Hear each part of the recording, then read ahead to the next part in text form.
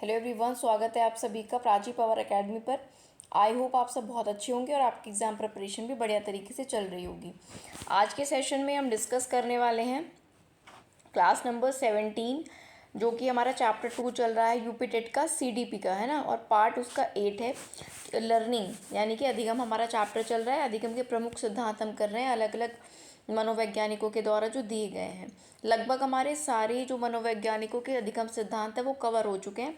आज हम बात करने वाले हैं जो जीन पियाजे का संज्ञानात्मक विकास का सिद्धांत है उसके बारे में। ठीक है, तो जीन पियाजे के सिद्धांत की आज हम बात करने वाले हैं। और इसमें आज का जो पहला टॉपिक रहेगा, इनकी थ्योरी के बारे में जानेंगे, इन्होंने कौन कौन सी टर्म्स दी हैं उसके बारे में जानेंगे, और पूरा कंप्लीट जो जीन पियाजे से रिलेटेड आपके एग्ज़ाम में पूछा जा सकता है वो सारे टॉपिक्स को कवर करेंगे।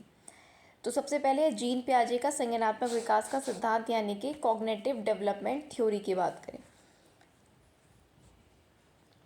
तो जीन पियाजे ने बताया है कि बच्चा केवल जानकारी याद नहीं करता बल्कि अपने अनुभवों से सोचने और समझने की क्षमता विकसित करता है। जीन पियाजे का मानना है कि बच्चा रटता नहीं है, किसी भी इंफॉर्मेशन को याद नहीं करता, बल्कि वो अपने एक्सपीरियंस से अपने अंदर सोचने समझने की कैपेबिलिटी को डेवलप करता है, यानी कि अपने एक्सपीरियंस के द्वारा वो सीखता है, सोचता समझता है। उनके अनुसार बच्चे का जो मानसिक विकास है वो स्टेजेस में होता है, एक साथ नहीं होता, जो होता है चरणबद्ध होता है। अलग अलग स्टेप में बच्चे का क्या होता है, मानसिक विकास होता है, और हर चरण की सोच बच्चे की अलग होती है। हर चरण में उसका डेवलपमेंट अलग होता है और सोच अलग होती है, और उसका डेवलपमेंट खास करके जो मानसिक डेवलपमेंट होता है, मानसिक विकास बच्चे का होता है, वो अलग अलग चरणों में होता है। तो ये किसका कहना है, जीन पियाजे का। पियाजे के सिद्धांत के मुख्य बिंदु क्या हैं, तो बच्चा एक्टिव लर्नर होता है। पियाजे क्या मानते हैं कि बच्चा क्या है, एक सक्रिय जो है अधिगम करता होता है। विकास क्रमबद्ध चरणों में होता है, बच्चे का जो डेवलपमेंट यानी विकास होता है वो स्टेप बाय स्टेप होता है। हर अवस्था की सोच अलग होती है। पहले की अवस्था अगली अवस्था की नींव बनती है। जो पहली अवस्था पूरी हो चुकी है, अगली अवस्था में वो उसका एक बेस यानी कि नींव का काम करती है। पहले की अवस्था अगली अवस्था की नींव हो गई। बच्चे की सोच उम्र के साथ परिपक्व होती जाती है। ठीक है, यानी कि बच्चे का जो मानसिक विकास है धीरे धीरे वो क्या होने लगता है, परिपक्व होने लगता है, मैच्योर होने लगता है धीरे धीरे, है ना। सोच बच्चे की उम्र के साथ साथ धीरे क्या होती है, धीरे धीरे मैच्योर होती है। ये किसका कहना है, पियाजे का कहना है। अगले पॉइंट की बात अगर करें, इंपॉर्टेंट टर्म्स जो पियाजे ने दी हैं ये बहुत इंपॉर्टेंट है, इनसे आपके एग्ज़ाम में क्वेश्चन पूछा जाता है तो इनको समझिएगा। पहला वर्ड है आपका स्कीमा। स्कीमा क्या होता है, तो मानसिक ढांचा या सोचने का तरीका, उसी को स्कीमा बोला गया है। ठीक है, स्कीमा क्या है, आसान शब्दों में सोचने का तरीका, किसी भी इंडिविजुअल का जो सोचने का तरीका है उसको पियाजे ने एक इंडिविजुअल टर्म दी है, स्कीमा। जैसे बच्चे को पता है कि कुत्ता 4 पैरों वाला होता है, तो बच्चे ने क्या समझ लिया कि कुत्ता होगा तो वो 4 पैरों वाला होगा, या 4 पैरों वाला है तो क्या है, वो कुत्ता है। बच्चे ने उसके सोचने का तरीका है कि अगर 4 पैर हैं किसी जानवर को तो वो क्या है, डॉग होगा।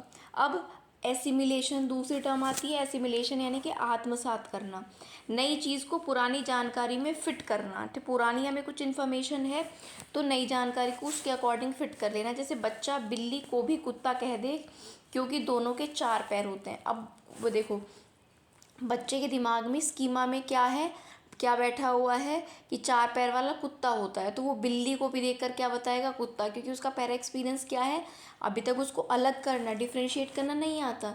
उसके माइंड में फिट है कि 4 पैरों वाला क्या होता है, कुत्ता होता है, तो वो बिल्ली को भी देख के कुत्ता कह दे। तो जो उसका पहला, उसको पहले से पता था, क्या पता था कि 4 पैर वाला कुत्ता होता है, तो उसने बिल्ली को भी कुत्ता समझ लिया क्योंकि उसके माइंड में फिट है। तो उसको बोलते हैं आत्मसात करना, कि पुरानी इन्फॉर्मेशन को नई के साथ जोड़ देना। अगली टर्म आपके पास आती है अकोमोडेशन यानी कि समायोजन। पुरानी सोच को बदल कर नई जानकारी को स्वीकार करना होता है समायोजन या एडजस्टमेंट या अकोमोडेशन। ठीक है, इसका मतलब अब एज इट इज़ उसने पहली जानकारी के साथ नई जानकारी को जोड़ लिया। वो क्या था हमारा जो हमने अभी पढ़ा था, वो था हमारा एसिमिलेशन, कि एज इट इज़ उसने पुरानी चीज़ को नई चीज़ के साथ जोड़ दिया।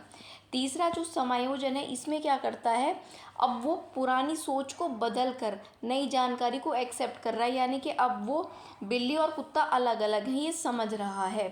ठीक है, उसको हालांकि पता था 4 पैर वाला कुत्ता होता है, लेकिन अब उसने ये जाना कि 4 पैर वाली बिल्ली भी होती है, तो उसने अपनी इन्फॉर्मेशन को उसको स्वीकार किया, एक्सेप्ट किया। वो होता है अकोमोडेशन या समायोजन। नेक्स्ट आपका इक्विलिब्रेशन या ये इक्विलिब्रियम या इक्विलिब्रेशन, संतुलन आता है। एसिमिलेशन और अकोमोडेशन के बीच को संतुलन बनाने को ही क्या इक्विलिब्रियम बोलते हैं। जो हमने अभी एसिमिलेशन पढ़ा था, जिसमें पुरानी जानकारी को नई से जोड़ता है प्लस पुरानी जानकारी को नई के अकॉर्डिंग चेंज करता है, वो अकोमोडेशन। तो इन दोनों के बीच जब वो बैलेंस बनाता है तो उसको संतुलन कहते हैं। ये सीखने की प्रक्रिया को आगे बढ़ाता है। ठीक हो गई इतनी बात। अब इन्होंने जो आपको जो प्याजे ने 4 स्टेजेस अपनी दी हैं उनकी बात करेंगे, जो कि बहुत ज़्यादा इंपॉर्टेंट है। जैसे पहली स्टेज आपकी आ जाती है सेंसरी मोटर स्टेज, संवेदी गामक अवस्था या संवेदी गतिज अवस्था, संवेदी गामक अवस्था भी इसको बोलते हैं। इसकी आपसे एज लिमिट पूछी जाती है, तो 0 से 2 वर्ष के बच्चे इसके अंतर्गत रखे हैं प्याजे ने सेंसरी मोटर स्टेज यानी संवेदी गामक अवस्था में। तो इसमें बच्चा जो है इंद्रियों और गतिविधियों के माध्यम से सीखता है, सेंसेस के माध्यम से सीखता है। तो सेंसरी मोटर अवस्था यानी बच्चा सेंसेस, जिसको हिंदी में इंद्रियां बोलते हैं, उनके थ्रू सीखता है। तो याद रखने का तरीका है सेंसरी मोटर यानी कि सेंसेस के थ्रू सीखता है 0 से 2 वर्ष इसकी जो आयु के बच्चे होते हैं। अच्छा, इन बच्चों में जैसे सेंसेस यानी कि स्मेल करके, देख के, छू के, सुन के, है ना, सेंसेस के थ्रू सीखता है। इस अवस्था में क्या क्या विशेषताएं होती हैं सेंसरी मोटर में। तो सबसे पहले ऑब्जेक्ट परमानेंस यानी कि वस्तु स्थायित्व। इसका क्या मतलब है, बच्चा समझता है कि वस्तु आंखों से ओझल होने पर भी मौजूद रहती है, वो ये समझने लगता है। देखो एकदम से नहीं, अब 0 की यानी कि एज की शुरुआत से ही नहीं समझता, धीरे धीरे समझने लगता है।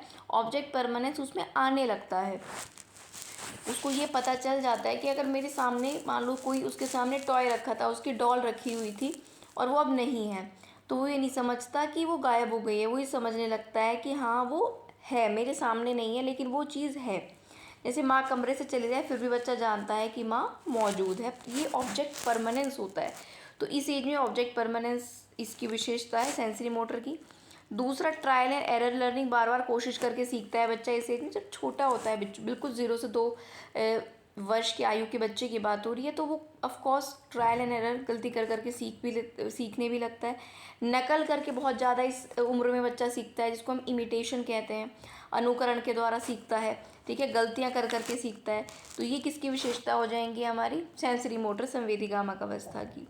अब दूसरी अवस्था हमारी आ जाती है प्री ऑपरेशनल स्टेज यानी कि पूर्व संक्रियात्मक अवस्था। इसकी जो आयु की सीमा है वो 2 से 7 वर्ष है। इसमें बच्चा भाषा और कल्पना तेज़ी से विकसित होती है। भाषा यानी कि लैंग्वेज डेवलपमेंट बच्चे का 2 से 7 की एज में तेज़ी से होता है, और इमेजिनेशन की जो उसकी पावर है वो भी तेज़ी से बढ़ती है। इसमें सबसे पहले क्या क्या विशेषताएं आती हैं, सिंबॉलिक थिंकिंग यानी कि प्रतीकात्मक चिंतन, वस्तुओं के प्रतीकों का उपयोग, जैसे लकड़ी को घोड़ा मान लेना। जैसे इमेजिनेशन, किसी ऑब्जेक्ट को देख के उसको कुछ मान लेना, इमेजिनेशन कर लेना, तो उसको सिंबॉलिक थिंकिंग कहते हैं। जैसे सिंबल यानी लकड़ी को देखा उसने, उसको घोड़ा मान लिया, इस तरह से कुछ। तो सिंबॉलिक थिंकिंग उसमें डेवलप होने लगती है, किसी सिंबल को देख के वो कुछ इमेजिन करने लगता है, वो होता है सिंबॉलिक थिंकिंग। ठीक है, दूसरा इसमें क्या होता है प्री ऑपरेशनल स्टेज में, ईगोसेंट्रिज्म, बहुत ही इंपॉर्टेंट है। क्वेश्चन क्या आता है एग्जाम में कि अकॉर्डिंग टू प्याजे ईगोसेंट्रिज्म कौन सी अवस्था में डेवलप होता है बच्चे में, तो जो आपका प्री ऑपरेशनल स्टेज है 2 से 7 वर्ष की आयु में। ये सारे पॉइंट्स याद रखने हैं, इंपॉर्टेंट हैं। तो जो ईगोसेंट्रिज्म है, आत्म केंद्रिता, बच्चा केवल अपना दृष्टिकोण समझता है या बच्चा केवल अपना दृष्टिकोण ही सही समझता है। जैसे उसे लगता है कि सब वही देखते हैं जो वह देखता है, जो वो नहीं देख रहा वो चीज़ नहीं है, यानी कि वो अपने आप को ही सही, अपने आप के किए गए कार्य को सही समझता है। जो उसको दिख रहा है वो मानता है वही सबको दिख रहा होगा। ठीक है, तो ये ईगोसेंट्रिज्म होता है, आत्म केंद्रिता, याद रखना प्री ऑपरेशन स्टेज में आती है। सेंट्रेशन या केंद्रीकरण भी किस में आता है, प्री ऑपरेशनल। इसका मतलब है सेंट्रेशन है कि एक ही चीज़ पर फोकस करना, एक ही गुण पर फोकस करना। लंबे गिलास में पानी ज़्यादा लगता है बच्चे को, है ना, उतना ही पानी छोटे ग्लास में है और उतना ही बड़े में है, लेकिन उसको पता है कि बड़ी चीज़ जो है उसमें अमाउंट किसी भी चीज़ का, पानी का या दूध का ज़्यादा ही होगा, क्योंकि वो बड़ा ऑब्जेक्ट है। तो लंबे गिलास में पानी ज़्यादा उसको लगता है, यानी कि वो एक ही गुण पर ध्यान दे रहा है, उसकी सिर्फ लंबाई पर और छोटे की छोटाई पर, यानी कि उसके छोटे होने पर। ये सेंट्रेशन होता है। क्लियर हो गई इतनी बात। आगे इसमें एनिमिज्म भी आता है, जीववाद। निर्जीव वस्तु को वो जीवित समझता है। प्री ऑपरेशन स्टेज की विशेषता है कि बच्चा जो है जीववाद पर उसमें समझता है कि जो निर्जीव वस्तु है उसमें भी जान है, वो भी जीवित है। जैसे टॉयज से बच्चे खेलते हैं, हॉर्स हो गया, घोड़ा हो गया, गुड़िया रो रही है तो वो बच्चे मतलब गुड़िया को मान लेते हैं, अब ये रो रही है, ये हंस रही है, टॉयज़ को मान लेते हैं कि वो रियल में है, ठीक है, जीवित है। तो ये सिंपल सा आपका जीववाद या एनिमिज्म होता है। फिर एक आर्टिफिशियलिज्म भी इसमें होता है।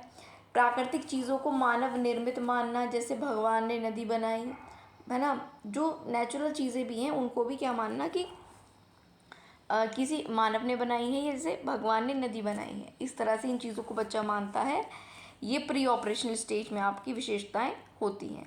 तीसरा आपकी आती है कॉन्क्रीट ऑपरेशनल स्टेज, यानी कि मूर्त संक्रियात्मक अवस्था।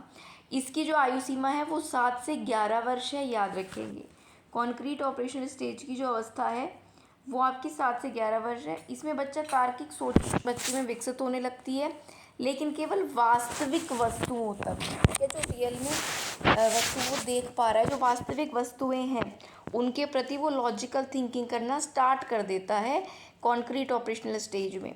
इसमें सबसे पहले विशेषता की बात करें तो संरक्षण वो समझने लगता है। कंजर्वेशन क्या, बच्चा समझता है कि आकार बदलने से मात्रा नहीं बदलती, जो कि इससे पहली स्टेज में वो नहीं समझ पा रहा था कि बड़े क्लास में वो बड़े और छोटे गिलास में पानी सेम है, लेकिन बड़े में उसको ज़्यादा लग रहा है क्योंकि उसकी जो शेप है वो बड़ी है। लेकिन अब वो इस अंतर को समझने लगता है, दोनों गिलास में पानी समान होगा, क्वांटिटी को समझने लगता है। तो ये कंजर्वेशन है। आगे अगर मैं इसमें बात करूँ तो आगे आपका आता है इसमें एक रिवर्सिबिलिटी। रिवर्सिबिलिटी यानी कि प्रतिवर्तनीयता। मानसिक क्रिया को उल्टा सोच सकता है, जैसे 5 और 3 8, उसको अब तक पता था, लेकिन अब वो ये भी समझने लगेगा कि 8 में से 3 जाएंगे तो 5 आएगा, है ना। रिवर्स के प्रोसेस को वो समझने लगता है।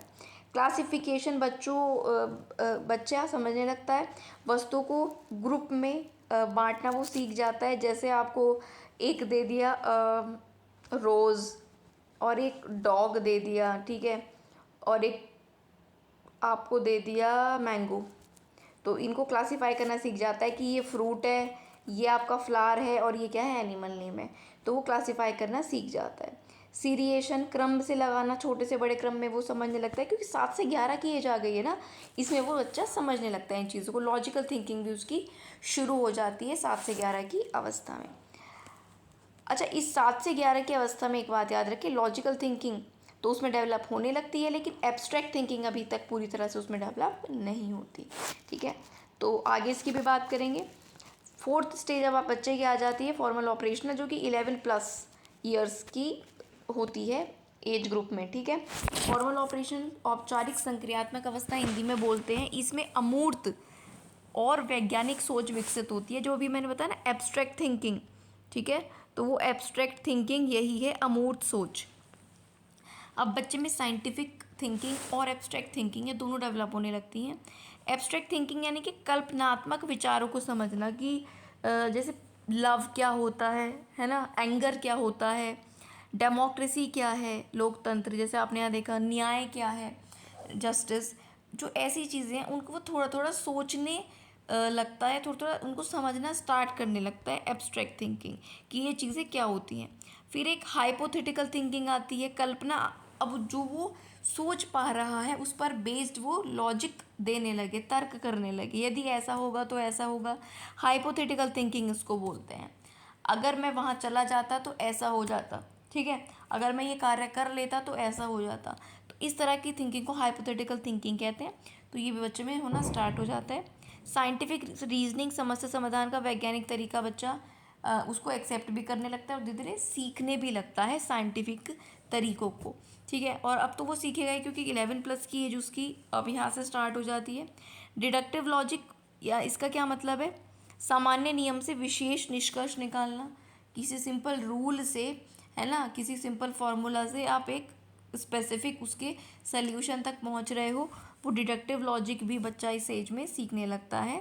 जो हमारी ये कौन सी स्टेज है, फॉर्मल ऑपरेशनल फोर्थ वाली स्टेज है 11+ ईयर्स की। तो ये आपकी चारों क्या हो गई, पियाजे की स्टेजेस हो गई, और जो कि बहुत ज़्यादा इंपॉर्टेंट है और 100% इसमें से आपके एग्जाम में क्वेश्चन आता है और इससे बाहर नहीं आएगा, जो मैंने आपको बता दिया।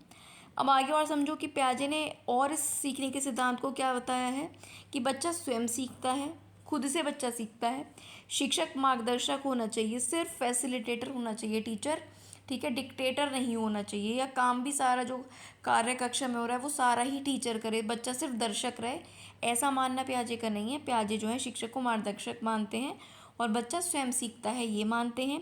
लर्निंग बाय डूइंग को इम्पॉर्टेंट मानते हैं, करके सीखना।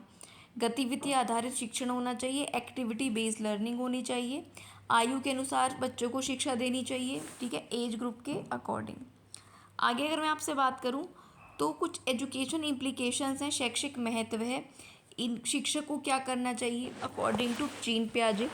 तो सेंसरी मोटर में अगर बात करें तो खिलौनों और गतिविधियों का यूज़ करना चाहिए अलग अलग स्टेजेस में, किस तरह से शिक्षक बच्चों को सिखाने में हेल्प कर सकता है वो पियाजे ने यहाँ पर बताया है ना। जैसे सेंसरी मोटर जो पहली वाली स्टेज होती है 0 से 2 वर्ष की, उसमें खिलौनों के द्वारा और एक्टिविटीज़ का यूज़ करके बच्चे को सिखाओ। प्री ऑपरेशनल, ठीक है, 2 से आपका जो आता है 7 साल का, ठीक है, इसमें चित्र यानी डायग्राम, कहानी, मॉडल, इन सब का यूज़ करके बच्चों को सिखाओ। कॉन्क्रीट ऑपरेशनल जो 7 से 11 आपका आता है, इसमें एक्सपेरिमेंट और वास्तविक वस्तुएं, रियल ऑब्जेक्ट्स के थ्रू बच्चों को सिखाना चाहिए। और 11+ फॉर्मल ऑपरेशनल में फिर तर्क करके, वाद विवाद जो डिबेट्स होती हैं, प्रॉब्लम सॉल्विंग, इन स्किल्स के द्वारा टीचर को बच्चे को सिखाना चाहिए। तो ये चारों पॉइंट भी इम्पॉर्टेंट है कि एज अ टीचर आप सेंसरी मोटर में क्या यूज़ करके बच्चों को अच्छे से सिखा सकते हो, टॉयज़ एंड एक्टिविटीज़ के थ्रू। प्री ऑपरेशनल में चित्र, कहानी, मॉडल के थ्रू। कॉन्क्रीट ऑपरेशनल में प्रयोग और वास्तविक वस्तुओं के माध्यम से। और फॉर्मल ऑपरेशनल में तर्क के माध्यम से, प्रॉब्लम सॉल्विंग एबिलिटी के माध्यम से और डिबेट के माध्यम से बच्चों को अच्छी तरह से आप सिखा सकते हो। आगे अगर मैं बात करूँ तो पियाजे की थ्योरी की कुछ आलोचनाएं भी हैं, ठीक है, ये ज़रूर याद रखना है। कॉग्निटिव डेवलपमेंट थ्योरी किसने दी है, पियाजे ने। सीधे सीधे ये क्वेश्चन भी पूछ लिया जा सकता है ना। और बाकी जो पूरी डिटेल आपको बताई है वो भी आपको ध्यान में रखनी है। तो पियाजे की थ्योरी की क्या आलोचना या क्रिटिसिज्म हुआ है, उम्र निश्चित नहीं है, सभी बच्चे एक ही उम्र में समान विकास नहीं करते। इन्होंने जो फिक्स कर दिया कि 0 से 2 वाले बच्चे बस यही कर पाएंगे, फिर 2 से 7 वाले ये कर पाएंगे, 7 से 11 वाले ये कर पाएंगे और 11+ वाले ये कर पाएंगे। तो कहना ये है, और साइकोलॉजिस्ट का जिन्होंने इनकी आलोचना की है कि सारे बच्चे तो 0 से 2 वर्ष में वो काम नहीं कर पाते जो भी पियाजे बोल रहे हैं, हो सकता है वो 2 से 7 में वो काम करें। तो इनका ये मानना है कि सबकी उम्र निश्चित नहीं है कि वो इसी एज में पर्टिकुलर काम या स्किल सीख पाएंगे, सभी बच्चे एक उम्र में समान विकास नहीं करते। तो बहुत हद तक ये बात सही भी है, लेकिन देखो जब भी कोई रिसर्च होती है, कोई साइकोलॉजिस्ट कोई आपको थ्योरी देते हैं, वो एक एवरेज बेसिस पर देते हैं और मैक्सिमम लोगों पर वो अप्लाई भी होती है जो थ्योरी रिलायबल हैं, जो जिनको हम पढ़ पा रहे हैं। वरना ऐसी बहुत सी थ्योरीज़ हैं जो ना कि बुक्स में है ना पढ़ पाते हैं हम, क्योंकि वो उतनी रिलायबल नहीं है। लेकिन जो थ्योरीज़ रिलायबल हैं, हमें बुक्स में पढ़ने को दी गई हैं, तो वो मैक्सिमम एक्सपेरिमेंट्स करके और ऑन एन एवरेज बच्चों के लिए सही मानी जाती है काफ़ी हद तक। तो ये बात बिल्कुल ठीक है कि सभी बच्चों का डेवलपमेंट सेम एज पर नहीं होता, सेम टाइम पर नहीं होता, लेकिन बहुत हद तक जो है होता है ना, आगे पीछे थोड़ा बहुत उसमें होता है, लेकिन उसी के आसपास हो जाता है मैक्सिमम बच्चों का। फिर दूसरा इनकी आलोचना की गई कि सामाजिक प्रभाव की अनदेखी की गई है, सोशलिज्म की ज़्यादा बात नहीं की गई। पियाजे ने सामाजिक वातावरण को कम महत्व दिया कि सामाजिक वातावरण, उसके जो आसपास का समाज है, चाहे घर परिवार हो, मोहल्ला हो, स्कूल हो, कि उसका भी असर बच्चे की लर्निंग पर पड़ता है। पियाजे ने उस पर कुछ खास महत्व नहीं दिया। वाइगॉत्स्की ने ज़्यादा इस पक्ष पर जोर दिया है, लेकिन वाइगॉत्स्की ने ज़्यादा ही इस पक्ष पर जोर दिया है, सामाजिक पक्ष पर। अब इन्होंने क्या किया, इन्होंने मानसिक पक्ष पर ज़्यादा जोर दिया है। किसने, पियाजे ने। क्षमता को कम आंका है, एबिलिटीज़ को कम यहाँ पर जो है वैल्यू दी है, थर्ड पॉइंट में कह रहा है कि पियाजे ने जो एबिलिटी होती है, बच्चा की क्षमता होती है, उस पर कम विश्वास किया है। कुछ शोध ये बताते हैं कि बच्चे पियाजे से पहले भी कई कार्य कर सकते हैं। मतलब पियाजे ने जिस एज में बच्चों को बताया है ना, पियाजे ने जिस एज में बच्चे को बताया है उस एज से पहले भी बच्चा जो है कई काम कर पाता है, ऐसा मानना है। ठीक है, आगे अगर हम बात करें तो फटाफट से यहाँ पर ये इंपॉर्टेंट पॉइंट्स देख लेते हैं, ये आपके लिए इंपॉर्टेंट है एग्ज़ाम के। देखिएगा इसमें क्या है। ऑब्जेक्ट परमानेंस आपका आ जाता है सेंसरी मोटर में, सिंबॉलिक प्ले प्री ऑपरेशनल में, ईगो सेंट्रिज्म भी आपका प्री ऑपरेशनल में, कंजर्वेशन कॉन्क्रीट ऑपरेशनल में, रिवर्सिबिलिटी का रूल समझ पाता है वो कि 5 और 3 8 है, 8 में से 3 गए तो 5 आएगा। रिवर्स को भी समझने लगता है कॉन्क्रीट ऑपरेशनल में। और abstract thinking, logical thinking, scientific thinking, ये सब किसमें, फॉर्मल ऑपरेशनल में। ठीक है, तो ये आज का सेशन था। और एक पियाजे की थ्योरी का 10 मिनट्स में अलग सेपरेट वीडियो भी मैंने आपको बताया है, उसमें भी सारी चीज़ें आपको अच्छे से बताई हैं, तो आप चाहो तो उसको भी देख सकते हो, वो भी आपके एग्ज़ाम के लिए बेनिफिशियल होगा। तो कोई सा भी टेट हो, यूपी टेट हो, सी टेट हो, सुपर टेट हो, ये भी हो, DSSS हो, जहाँ पर भी CDP आती है, ये सारे सेशंस जो आपकी मैं कंप्लीट CDP करा रही हूँ, ये सब आपके उसमें काम आने वाले हैं। तो आप उन सभी एग्ज़ाम्स के लिए इन क्लासेस को देख सकते हो। अगर आपको आज की क्लास अच्छी लगी तो लाइक करके ज़रूर जाइएगा, चैनल को सब्सक्राइब करके बेल आइकन प्रेस कर लेना अगर आप आगे इसी तरह जुड़कर हमारे साथ यूपी टेट की प्रिपरेशन करना चाहते हैं। अगर आपको कोई स्पेसिफिक क्लास चाहिए किसी स्पेसिफिक टॉपिक पर, केवल CDP की नहीं, किसी भी सब्जेक्ट की, तो आप कमेंट बॉक्स में नीचे मेंशन कर देना। अगर आपको किसी भी कोई टॉपिक नहीं आता, मान लीजिए मैथ्स में नहीं आता, साइंस में, इंग्लिश, हिंदी, तो आप कमेंट करके मुझे बताना, मैं आपको वो टॉपिक कराने की कोशिश करूँगी। बाकी टेलीग्राम ज्वाइन कर लेना टीचिंग एग्ज़ाम से जुड़ी सभी अपडेट्स के लिए, चाहे कोई नया नोटिफिकेशन हो, रिजल्ट हो, एग्ज़ाम डेट हो, सारी नोटिफिकेशन आपको टेलीग्राम पर भी दे देते हैं। और हमारा जो मेन चैनल है सिलेक्शन मेट, आई होप आप उस पर ज़रूर होंगे, अभी तक नहीं जुड़े तो सिलेक्शन मेट को भी जाकर सब्सक्राइब कर लेना, क्योंकि वहाँ पर भी आपको टीचिंग एग्ज़ाम की सारी अपडेट दी जाती हैं और एग्ज़ाम से पहले आपको प्रैक्टिस क्लासेस करवाई जाती हैं, वो भी ढेर सारी, जिससे आपको एग्ज़ाम में वही क्वेश्चन देखने को मिल पाएँ। ठीक है, तो चलिए आज की वीडियो में इतना ही रखेंगे। पूरी प्लेलिस्ट CDP की यहाँ पर चैनल पर बनी हुई है, अगर पहली वीडियोस नहीं देखी तो देख लेना। और आई एम ट्राइंग कि आपको यूपी टेट के एग्ज़ाम से पहले पूरा CDP का सिलेबस मैं यहाँ पर करा दूँ। ठीक है, तो चलिए नेक्स्ट वीडियो में मिलेंगे, तब तक के लिए आप पढ़ते रहिए। कोई डाउट है तो कमेंट बॉक्स में ज़रूर लिख कर पूछिएगा। ठीक है, कोई सजेशन है तो ज़रूर फीडबैक दीजिएगा। नेक्स्ट वीडियो में मिलते हैं, तब तक के लिए थैंक यू सो मच।